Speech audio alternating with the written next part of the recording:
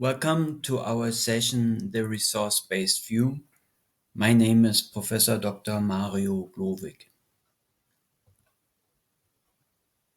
The resource-based view holds that a firm acquires competitive characteristics not simply as a function of its market location, such as its position in the value chain within a certain industry. Competitive advantages are particularly derived from a firm's inner resources, as for example managerial, organizational, and technological resources, as well as from the firm's capacity to absorb and integrate external resources through relationships. According to Barney, a firm's resources should have the following attributes to gain sustained competitive advantage. The first attribute is resource value. Resources are valuable when they enable a firm to conceive of or implement strategies that improve efficiency and effectiveness. Second, resources need to be rare, which means that current and potential competitors cannot rely simultaneously on them. A firm enjoys a competitive advantage when it is implementing a value-creating strategy that cannot be implemented by a large number of competitors that have limited access to the necessary resources, for example technological knowledge. Third, sustained competitive advantage can be reached if valuable resources can only be imperfectly imitated by competitors. Finally, rare and valuable resources cannot be substituted by competitors who are able to implement strategically equivalent resources.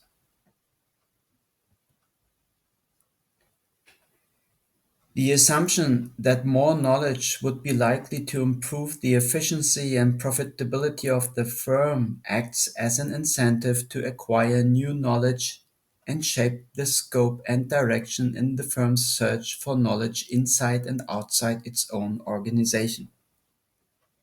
Based on the foundations of the resource-based view, Grant argues that the fundamental prerequisite for market power is the presence of market entry barriers based upon a firm's resources in the market, as for example scale economies, patents, international experience advantages, and brand reputation. The ability to establish a cost advantage requires possession of scale-efficient plants, superior process technology, ownership of low-cost sources of raw materials, or access to low-wage labor. Differentiation advantage is conferred by superior quality and innovative products linked with proprietary technology or an extensive sales and service network.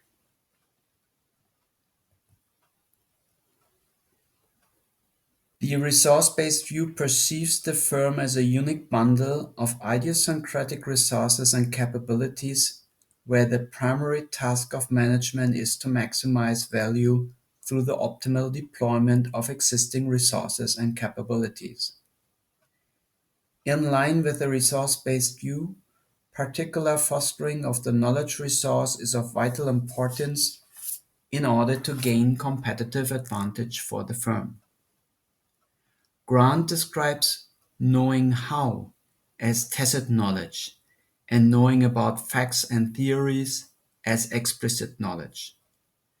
The critical distinction between the two lies in transferability and the mechanism for transfer across individuals, space, and time. Explicit knowledge is revealed by its communication and tacit knowledge through application. Communication efficiency is a fundamental resource property, thus an important strength of the firm. At both individual and organizational levels, knowledge absorption depends upon a recipient's ability to add new knowledge to existing knowledge. Knowledge transferability is important, not only between firms such as suppliers and customers, but even more critically within the firm. Consequently, the creation of tacit knowledge and the ability to transfer it effectively within the organization, which includes its foreign operations, should move into the focus of management.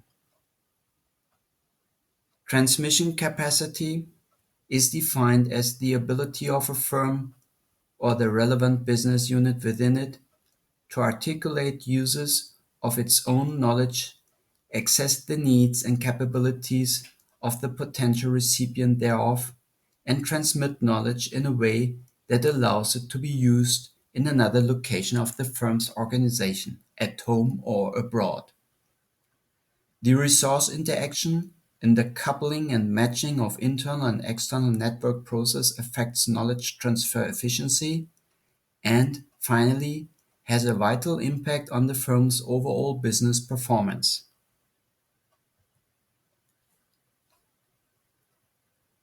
A firm industry's network engagements, initiated in order to better manage resource assets, come along with advantages and also with potential risks. Knowledge and experience serve as the most valuable firm resources.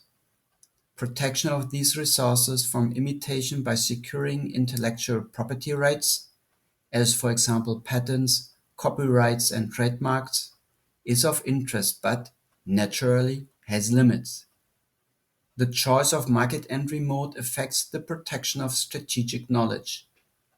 For example, a wholly owned subsidiary provides better prerequisites for knowledge safekeeping than an international joint venture. Why? In a joint venture, knowledge is shared with the partner firms, for example concerning manufacturing process know-how. Consequently, through the process of learning and imitating, the joint venture partner firm may eventually become a competitor.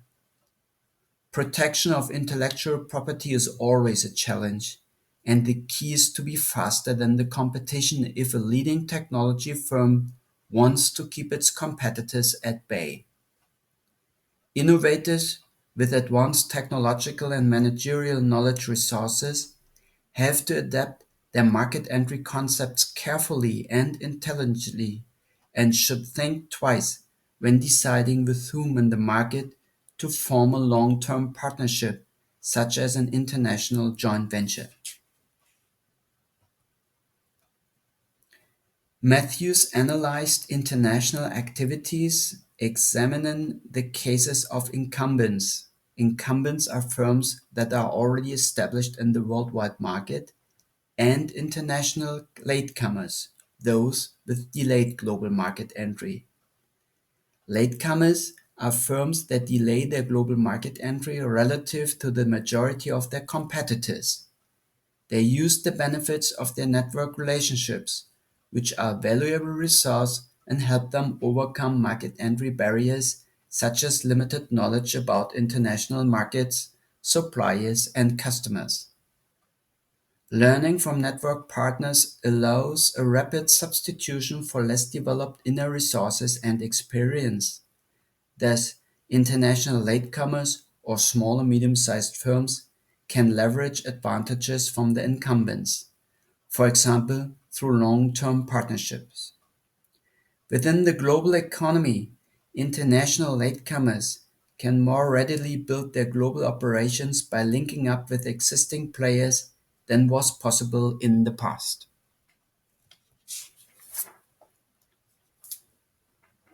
Innovative firms that successfully act in the global arena usually exhibit to so-called dynamic capabilities to gain, reconfigure, and integrate external and internal resources in order to match current market expectations and also to create market changes for the future. Dynamic capabilities reflect the firm's capacity to deploy resources through developing, carrying, and exchanging information, which leads to specific and identifiable processes concerning product development, international market entry, and relationship building. Particularly in web-based service industries, imperfectly imitable capabilities become more important as a source of competitive advantage than conventional asset resources, such as real estate, land, and others.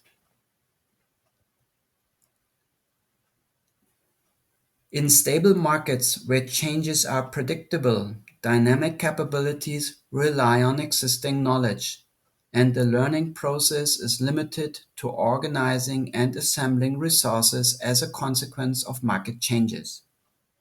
However, because of liberalized global trade patterns, international markets have become more complex and, as a consequence, less predictable.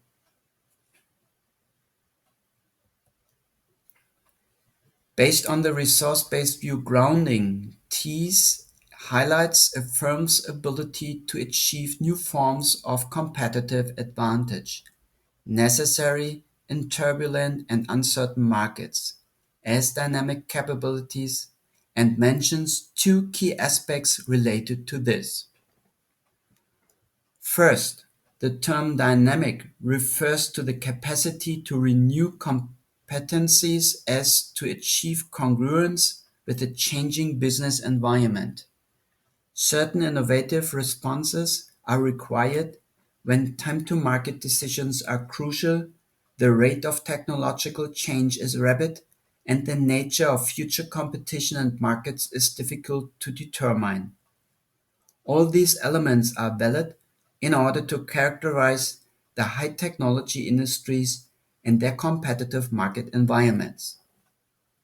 Second, the term capabilities emphasizes the key role of strategic management in appropriately adapting, integrating, and reconfiguring internal and external organizational skills, resources, and functional competencies to match the requirement of a changing environment. Capability is a special type of an organizational embedded non-transferable firm-specific resource whose purpose is to improve the productivity of the other resources possessed by the firm.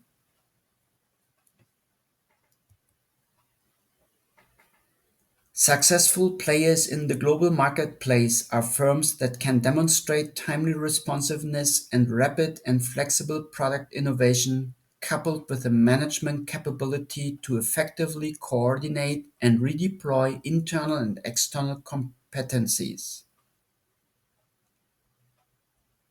Management activity cannot lead to immediate replication of unique organizational skills through simply entering a market and piecing the parts together overnight.